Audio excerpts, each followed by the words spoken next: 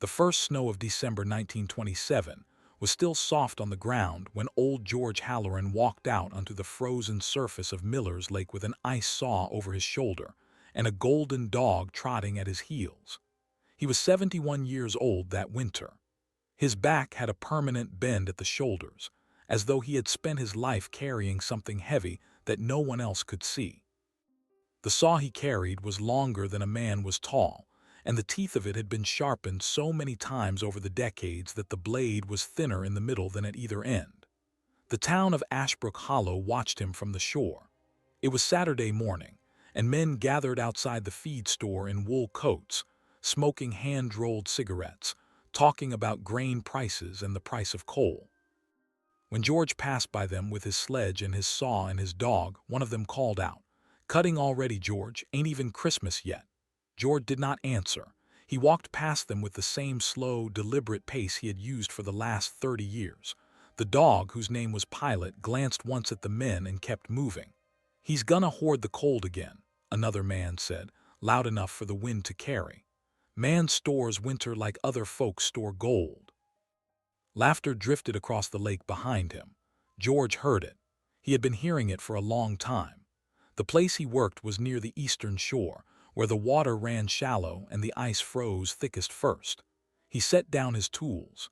He knelt on the ice and cleared the snow from a square patch with a wooden scraper. Then he marked out the first block of the season with a piece of charred wood, drawing lines that were exactly 22 inches on each side. He had drawn those same lines every winter since he was 30 years old. He did not need a ruler anymore. His arms remembered. The saw made a low, deep sound as it went into the ice. Pilot lay down a short distance away with his chin on his paws and watched the work. Now and then the dog would raise his head at the sound of a distant sled bell or a shout from the road, and then he would settle again. The cold did not seem to trouble him. Neither did the laughter. Behind George, on the low rise above the shore, stood the ice house. It was a plain wooden building with double-thick walls stuffed with pine sawdust and cedar shavings, and a roof pitched steep enough that the summer sun could not settle on it. Inside, the previous year's ice was already almost gone.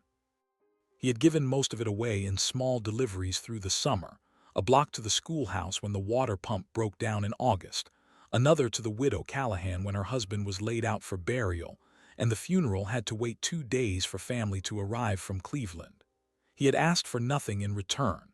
He never did. The first block came free of the lake with a slow, sucking sound. George hooked it with a pair of iron tongs and dragged it up onto the sledge. Water ran across the ice in a dark line where the block had been. He wiped his gloved hand across his forehead. Steam rose from the wet spot on his sleeve. Down at the feed store, a boy of maybe 10 years old had drifted over to watch. He was Tom Riley's youngest, thin-faced, curious in the way children get before the world teaches them not to be. "Mr. Halloran," the boy called out. "How many blocks you cutting this year?" George paused. He looked at the boy for a long moment. Then he looked at the sky, which was the color of clean linen, and at the far pines on the western shore and at the lake itself, stretching away in a long white silence. "As many as the lake will give me, son," he said. The boy did not seem to understand. He turned and ran back toward the store. Behind him, laughter rose again from the men beside the feed sacks. George bent to his work and did not look up. Pilot watched the boy go. Then the dog watched the men. And then, slowly, the dog turned his head toward the ice house on the rise, as if he already knew something the town did not. The routine George Halloran kept that winter was the same routine he had kept for 4 decades, and it began before most of Ashbrook Hollow had lit their morning fires. He rose at 4:30. He drank coffee black from a tin cup. He fed Pilot a handful of dried meat and a piece of yesterday's biscuit. By the time the eastern sky had begun to turn the color of pewter, he was already halfway across the lake, saw over one shoulder and tongs over the other, the sledge trailing behind him on twin runners that had been carved by his father before the Civil War. He cut ice in a pattern only he seemed to understand. He did not work outward in a spiral or across in straight rows. He worked in careful squares, leaving thick pillars of untouched ice between each harvest, so that the lake's surface would not weaken and crack beneath a sudden thaw. It was a method his father had taught him, and his father had learned it from a Norwegian who had come to Ohio in the 1840s. The method had never failed. George saw no reason to change it now. The first week of cutting produced 42 blocks. He stacked them in the ice house with pine sawdust packed between them. Each block spaced a hand's width from its neighbors, each layer separated by a fresh bed of shavings. The math of it he kept in a small ledger he had carried since 1889. The pages were soft with age. Some of the entries had been made by his wife Mary, who had died in the spring of 1912, and whose handwriting still appeared on the pages listing the summer of 1910 and 1911. He never turned back to those pages on purpose. He never looked away from them on purpose either. By the end of the second week, the town's laughter had settled into a kind of familiar rhythm. It came from the same men in the same tones at the same times of day. Frank Doer, who ran the feed store, made the same joke every time George passed with a fresh sledge load. "Ain't summer coming, George? Won't you need some of that for July?" He said it like a man reading from a script he had grown fond of. George nodded once each time and kept walking. The children were less predictable. Some of them watched him with genuine curiosity, the way children watch anything they do not yet understand. Others had learned from their fathers what the correct response was supposed to be. One afternoon, 3 boys of about 12 came out onto the shoreline and began throwing snowballs at his sledge. One struck Pilot on the shoulder. The dog turned his head slowly without alarm and looked at the boys the way an old teacher might look at a class that had disappointed him. The boys stopped throwing. Something in the dog's steady, unblinking gaze made them uncomfortable. They wandered off. George did not scold them. He did not shout. He simply kept working. When the sledge was full, he pulled it up the low rise to the ice house and unloaded each block by hand. His shoulders ached in the evenings. His knees ached in the mornings.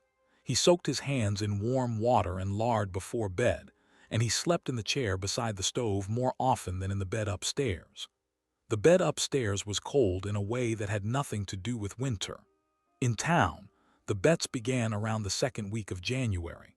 It started as a joke inside Doer's feed store and moved from there to the barber shop, and from the barber shop to the Presbyterian church steps after Sunday services. How many blocks, they asked one another, would still be standing in George Halloran's ice house when July came around? Some said 30, some said 50. Frank Doer, who considered himself the wit of the town, wrote a figure on a scrap of butcher paper and pinned it to the wall behind his counter. 0, it said, and beneath the number, in smaller letters, he had written, "He'll give it all away by June like the fool he is." The scrap of paper stayed on the wall through the rest of the winter. Men would gesture toward it and laugh whenever George's name came up. Nobody thought to ask why an old man would give ice away in the first place. Nobody thought it was a question worth asking. By the middle of January, the ice on Miller's Lake had thickened to 14 inches, and George Halloran was harvesting 60 blocks a week. The ice house on the rise was beginning to fill in a way it had not filled in years. Anyone who bothered to look through the small window at the north gable would have seen the stacks rising in careful tiers, each layer capped with fresh sawdust, the whole interior giving off the pale blue glow that packed ice takes on when the light finds it through the cracks in the boards. But nobody bothered to look. What the town did notice, though it noticed slowly and without quite understanding what it was noticing, was that George had begun making trips into town more often than usual. 2 mornings a week, sometimes 3, he would hitch his old bay mare Nell to the buckboard and drive the 4 miles into Ashbrook Hollow proper. He would tie the horse outside the general store and go inside with his ledger under his arm. Warren Pettigrew, who kept the store, was a careful man who had run the ledgers of half the county for 30 years. He noticed patterns the way other men noticed the weather. And what he began to notice, that January, was that George Halloran was buying things a man of his household should not have needed. He bought butter in quantities that no single household could use before it turned. He bought canned milk by the case. He bought lard and salt pork and dried beans, and he bought them in specific amounts, marked down in his ledger against specific names. Warren watched the old man write one afternoon and caught a glimpse of the page. He saw the words Henderson and Callahan and Riley, and beside each name a small notation in George's neat, slanted hand. "Setting up a store of your own, George?" Warren asked, half joking. George closed the ledger and slid it back inside his coat. "No," he said, "just keeping accounts." "Accounts of what?" George considered the question for a long moment. Then he paid for his goods in cash, tipped his hat, and walked out to the buckboard without answering. Warren watched him go through the window. Then he went back to his own ledger and made no note of the conversation. He was not a man who pried, but he did not forget it either. The trips to Doc Vernon's house were even stranger. Doc Vernon was the town's physician, a lean, gray-bearded man who had been treating the fevers and broken bones of Ashbrook Hollow since 1898. Twice that January, George drove up to the doctor's house at dusk and sat with him in the front parlor for the better part of an hour. What they discussed, nobody knew. But afterward George would drive away with a small parcel wrapped in oilcloth on the seat beside him, and the parcel would go directly into the ice house when he got home, packed in a small cedar box in the coldest corner near the back wall. Doc Vernon had a name for what was in those parcels. It was a name most of the town would not have recognized in 1927. The medicine was new. It came in small glass vials from a laboratory in Toronto, and it had to be kept cold or it lost its power. Doc Vernon had 2 patients in the county who needed it. One was a boy of 9 named Elias Whitcomb, whose family lived on a farm outside town. The other was Doc Vernon's own sister, who lived with him and was 54 years old and had been near death 2 years earlier before the vials began arriving. The doctor had lost sleep that winter, thinking about the summer to come. Cold storage was the thing that kept the medicine alive between deliveries. His own icebox at the house was small. If the deliveries from the city slowed, if the summer ran long and hot, he would have a problem he did not know how to solve. George Halloran had come to see him in the first week of January and had said, in the way he said most things, without preamble and without decoration, that he had room in his ice house and that the doctor was welcome to it. Doc Vernon had looked at the old man for a long time before he answered. "Why, George?" George had only shaken his head. "Just keep the boy alive, Doc, that's all." February came into Ashbrook Hollow with a hard cold that surprised no one and pleased George Halloran more than he let on. The lake froze another 2 inches deep. The ice at the eastern shore was now 18 inches thick, and the blocks he pulled from it were heavier than any he had cut in 5 years. Pilot walked more slowly beside the sledge that month, and George noticed it. The dog was 12 years old that winter, which was old for a golden retriever, and his hind legs had begun to stiffen in the cold mornings. George shortened his cutting days for the dog's sake. He came off the ice at 3 o'clock instead of 5. He carried Pilot up the rise to the ice house when the dog's paws grew too cold to trust. Nobody in town saw him do this. He did it in the quiet hour between sundown and dusk, when the shore was empty and the lake was blue in the failing light. The talk in town had shifted, that month, from mockery to a kind of tired amusement. George Halloran and his ice had become a fixed feature of the winter, the way certain old men become fixed features of certain small towns, joked about without malice and remembered without warmth. Frank Doer's scrap of butcher paper still hung behind the counter at the feed store. Someone had drawn a small cartoon beneath the zero. It showed an old man weeping over a puddle. But something else had begun, that same month, that fewer people noticed.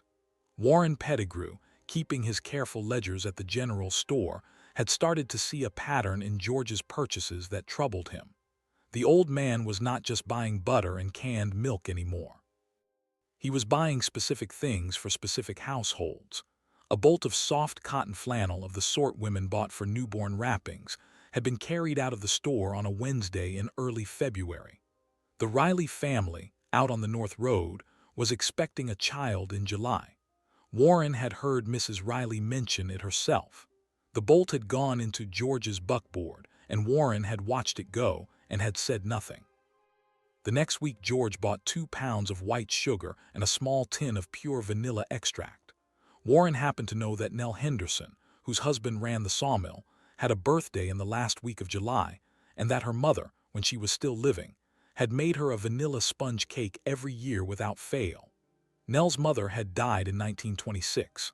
Nell had not spoken of the cake in more than a year. Warren wrote down the purchases in his ledger and stared at the page for a long time. Then he closed the book and did not mention what he had seen to anyone. He was not a man given to speculation. But he began, that February, to watch George Halloran more closely when the old man came into the store. Meanwhile, at the ice house, the parcels were beginning to fill the shelves along the western wall. George had built the shelves himself in the autumn before the first snow.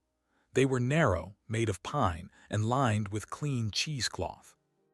On each shelf sat a wooden box or a wrapped bundle, and on each box or bundle he had written a name in the same neat, slanted hand that filled his ledger. Henderson, Riley, Callahan, Whitcomb, Vernon, Dower, though Dower did not know it and would not have believed it if he had been told. Pettigrew, Reverend Cole, who was 58 and whose wife suffered summer headaches that only a cold compress could ease. The schoolmaster, whose youngest daughter had a heart condition and needed her fevers brought down quickly when they came. There were 23 names on the shelves by the middle of February, 23 families in a town of 91 households. George had chosen them carefully over the course of a year, watching who was expecting a child and who was aging alone, and who had a sickness in the house that most of the town did not know about. He had asked questions in the store and at the church steps and outside the schoolhouse, and he had asked them so gently and so casually that nobody had ever noticed they were being asked at all. Pilot slept beside the ice house door most afternoons that month. He seemed, in his slow, quiet way, to be guarding something. The last week of February brought a thaw that did not last. The temperature climbed to 40 degrees for 2 days, and the ice on Miller's Lake grew treacherous at the edges, and George Halloran did not cut a single block during that stretch. He sat in his kitchen instead, with Pilot at his feet, and he worked over his ledger with a pencil worn down to a stub. He was recalculating. The math of an ice house was a delicate math. Ice melted at a rate that depended on the sawdust and the shape of the stack, and the number of times the door was opened. A hard summer could burn through a winter's harvest in 6 weeks if a man was careless. A gentle summer might leave blocks standing into September.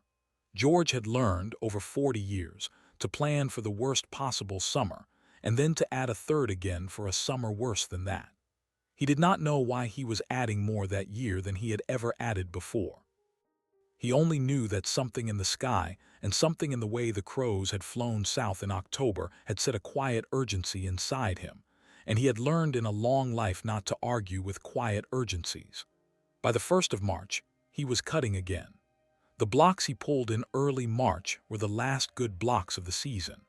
The ice below 18 inches was harder and clearer than the ice above it, and it kept longer in the sawdust.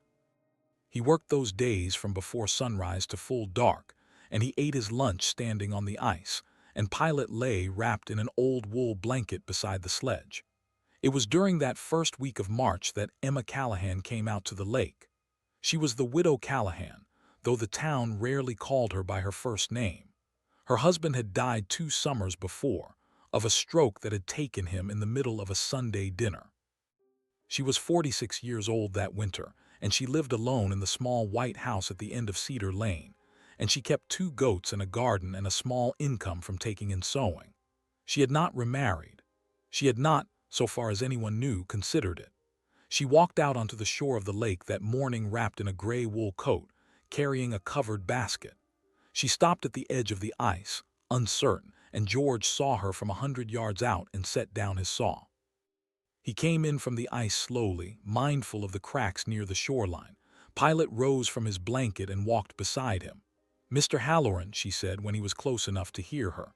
"Mrs. Callahan." She held out the basket. Inside, wrapped in a clean cloth, were half a dozen biscuits, still warm, and a small crock of blackberry preserves. "I baked this morning," she said. "I had extra." George looked at the basket for a long moment. Then he looked at her. Emma Callahan did not have extra. Her sewing income was thin and the town knew it, and the church women brought her canned goods every October in a quiet, careful ritual that she accepted without acknowledging. "That's kind of you, ma'am," he said. "It isn't kindness," she said. "It's a thank you for last summer for the ice when my husband was laid out. I never said it properly at the time." George took the basket. His hands were rough and reddened from the cold, and hers were pale and thin, and their fingers brushed for a moment when the basket passed between them. She looked at the ice house on the rise. "They laugh at you in town," she said. "The men at the feed store, I hear them." "I know," George said. "They shouldn't." He said nothing to that. He simply nodded once in the way he nodded at most things, and he thanked her again for the biscuits. She stood a moment longer, as though she had wanted to say something else and had not quite found the words. Then she turned and walked back toward the road, and Pilot watched her go with his head tilted slightly to one side, the way the dog watched things he considered worth remembering. George carried the basket up to the house. He set it on the kitchen table. He did not eat the biscuits until supper time, and when he did, he ate them slowly, and he was quiet for a long while afterward. March gave way to April, and the ice on Miller's Lake began its long retreat from the shore. George Halloran cut his final block on the morning of the 3rd of April, and it was a smaller block than the others, and he cut it more for the ceremony of the thing than for the ice itself. He had, by his own count, 314 blocks stacked in the ice house. It was the largest harvest of his life. His ledger showed the number in his neat slanted hand, underlined twice, and beside it a small notation that read for the year to come. He did not know, that morning, what the year to come would bring. He only knew that he had built for it, and that whatever came he would meet with what he had. The town, meanwhile, had turned its attention to spring. The men at the feed store were talking about seed corn and about the price of hogs. The women were airing quilts on their porch rails. The children were released from the schoolhouse to run barefoot in the muddy lanes, and the Riley boy Tom, the youngest, came out to the lake one afternoon in the last week of April and stood on the shore watching George load his tools into the shed for the season. "Mr. Halloran," the boy said, "you gonna cut ice again next winter?" George paused with a rope in his hand. He looked at the boy for a long moment the way he had looked at him back in December. "If the good Lord allows it, son. My daddy says you cut too much." "Does he?" "He says the whole town knows nobody needs that much ice." George set the rope down.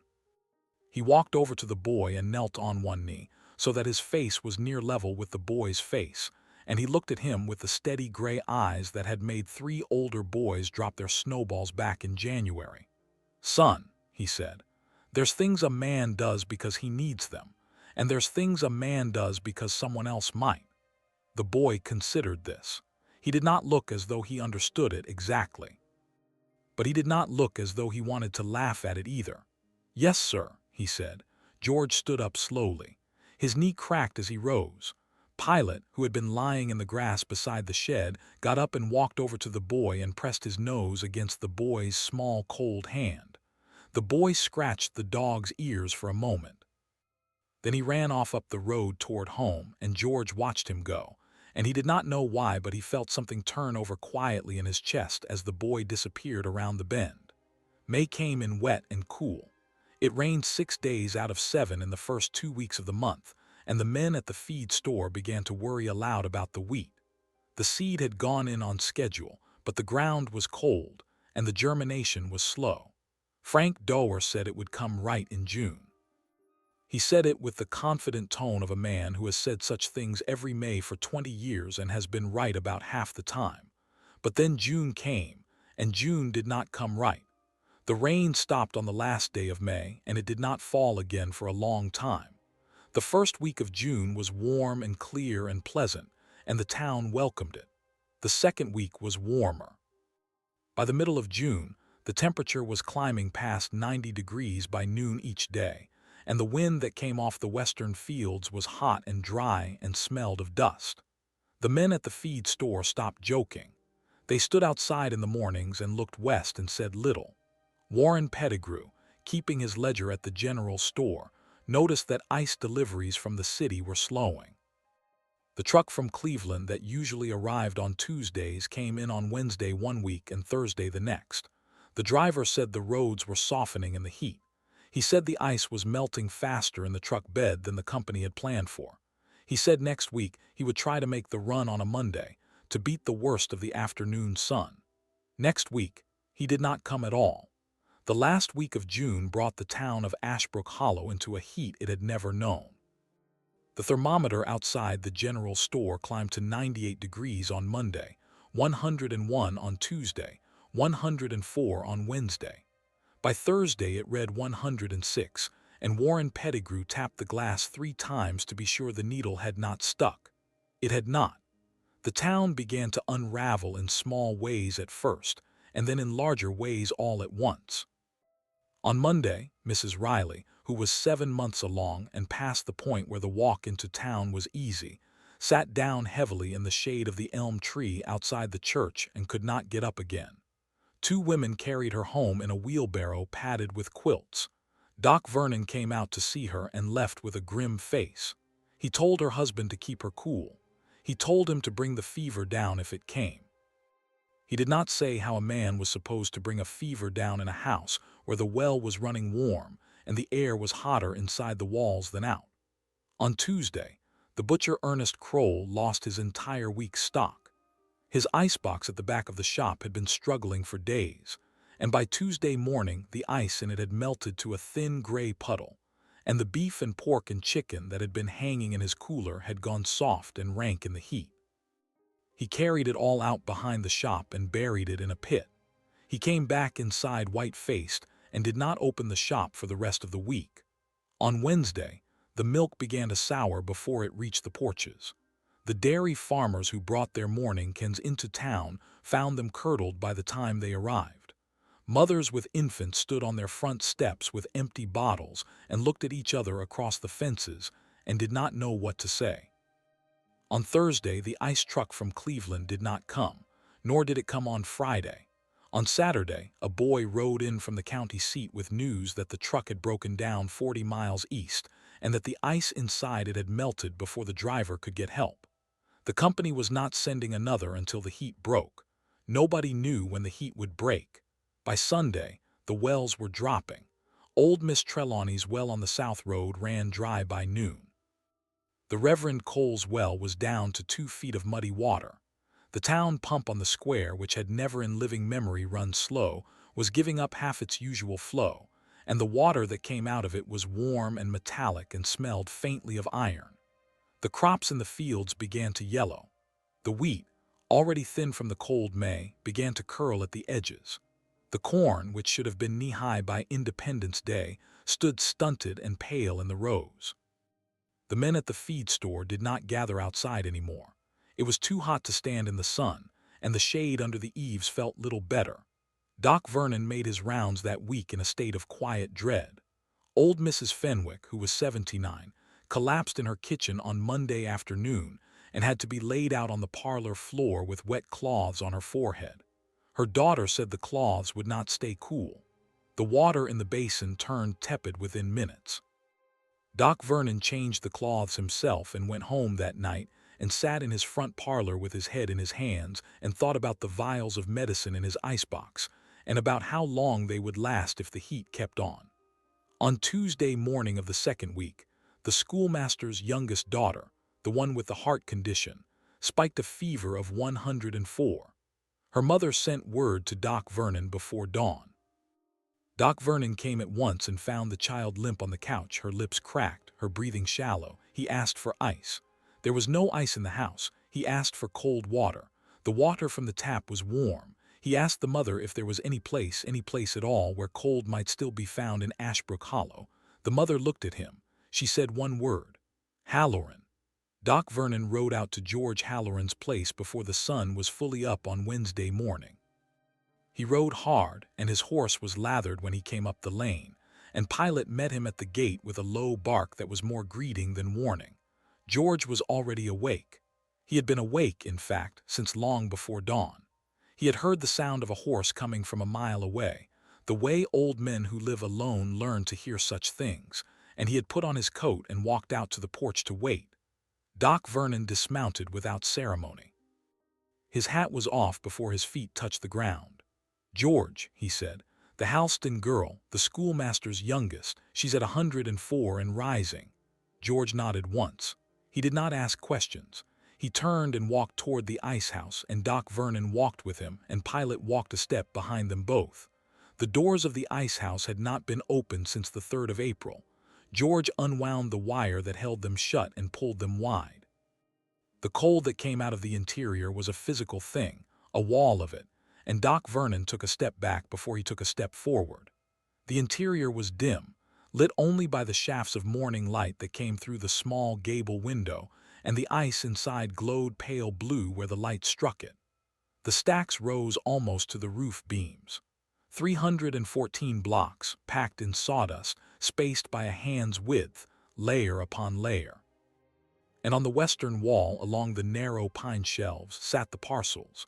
Doc Vernon saw the parcels. He read the names on them in the pale light. He read Henderson and Riley and Callahan and Whitcomb, and he saw his own name written in George's neat slanted hand on a small cedar box near the back, and he understood in the space of a breath what he had been looking at for the last 6 months without knowing he was looking at anything at all. He said nothing. There was no time. George took a block down from the nearest stack with a pair of iron tongs. He wrapped it in clean burlap. He handed it to Doc Vernon. "For the Halston girl, break it small in a basin, put the cloths in the basin, change them every 4 minutes, not 5. George, there's more when you need it, come back for it." Doc Vernon took the block. It was heavier than it looked. He carried it out to his horse and lashed it to the saddle with the burlap tied tight. He mounted up.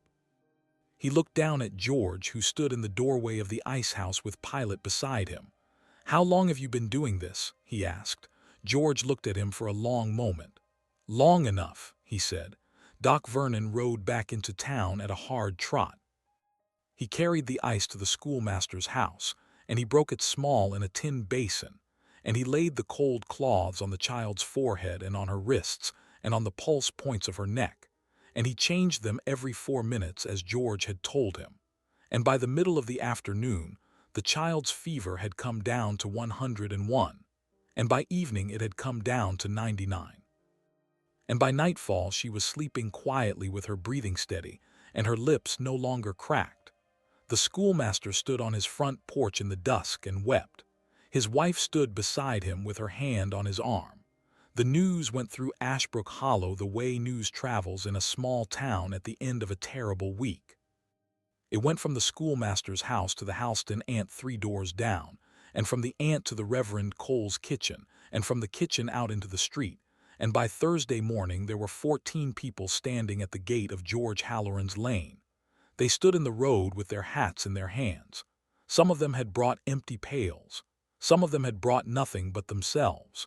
Mrs. Riley's husband was there. Emma Callahan was there. Ernest Kroll the butcher was there, standing at the back of the crowd looking at the ground. Frank Dower was there too. George came out of the house with Pilot at his side. He walked down the lane slowly and he stopped at the gate. He looked at them all for a long moment without speaking. Then he opened the gate. The people of Ashbrook Hollow walked up the lane behind George Halloran with the quiet, uncertain step of a congregation entering an unfamiliar church. Nobody spoke. Pilot walked at George's left knee. The morning sun was already hot on the backs of their necks, and the grass beside the lane was brown and crisp beneath their boots. George led them to the ice house. He stopped in front of the double doors, which he had left open since Doc Vernon's visit the day before. He turned to face the crowd. "Come inside," he said. "One family at a time, take your name." They did not understand him at first. They stood in the yard and looked at one another. Emma Callahan was the first to step forward. She walked into the ice house alone, and she was inside for perhaps a minute, and when she came out she was carrying a small wrapped bundle in both hands, and her face had gone white beneath the sunburn of the week, and her eyes were wet. She held the bundle up so the others could see. Written on the brown paper in George's neat slanted hand was the name Callahan. Inside, when she peeled back a corner of the paper, was a shoulder cut of good beef, wrapped in butcher paper, still cold and firm from the ice. She looked at George. She could not speak. The heat took earnest stock on Tuesday, George said quietly. I set that by for you in April.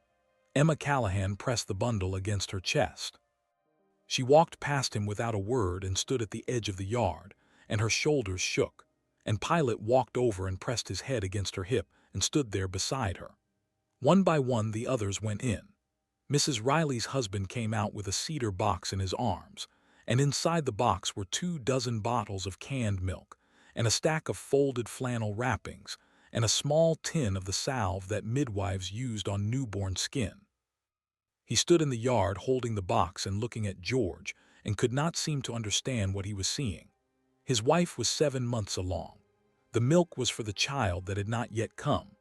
The Whitcomb boy's father came out carrying a small cedar box the size of a loaf of bread, and inside the box, packed in wool and sealed with wax, were 4 vials of the medicine from Toronto that Doc Vernon had brought out to the ice house in January.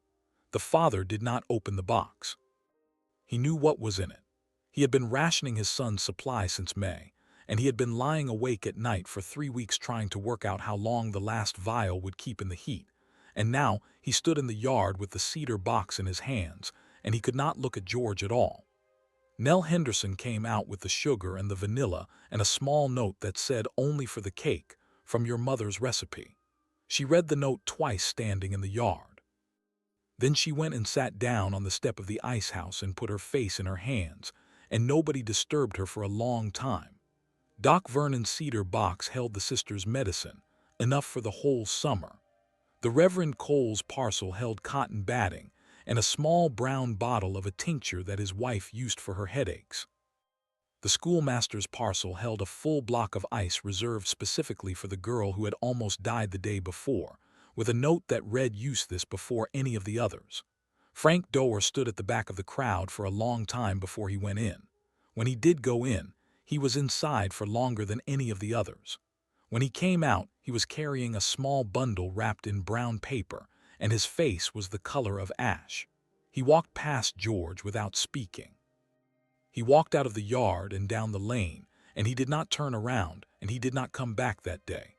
Warren Pettigrew found him that afternoon sitting on the steps of the feed store with the bundle unopened in his lap. Inside the bundle was a bottle of the whiskey Frank's father had drunk before he died, the same brand, kept cold in the ice house since November. Warren sat down beside him. Neither man said anything for a long time. By evening, every family on George's list had come and gone. 23 parcels had left the ice house, and Ashbrook Hollow had begun to understand slowly what the old man had done. They asked him that evening why he had done it. They came back in the cool of the dusk, a smaller group this time. Emma Callahan was there, and Doc Vernon, and the schoolmaster and his wife, and Mrs. Riley's husband, and the Reverend Cole, and Warren Pettigrew, who had walked out from town with his ledger under his arm out of some old habit he could not have explained. They sat on the porch of George's house with lanterns lit against the coming dark, and Pilot lay at the top of the steps with his chin on his paws, and George sat in the rocking chair his wife Mary had loved. He did not answer them at first. He looked out across the yard toward the ice house on the rise, where the doors still stood open in the warm evening air. Then he began to speak, in the slow, careful way of a man who has kept a thing to himself for a long time and is not sure now how to let it out. He told them about the summer of 1867. He had been 11 years old. There had been a fever in the county, brought in by a family passing through on the North Road, and it had gone through the farms one by one in the last week of July. His mother had taken sick on a Wednesday. By Friday she was burning.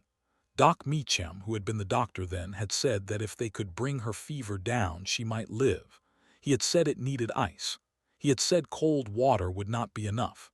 There had been no ice in the county. The winter of 1866 had been a mild one.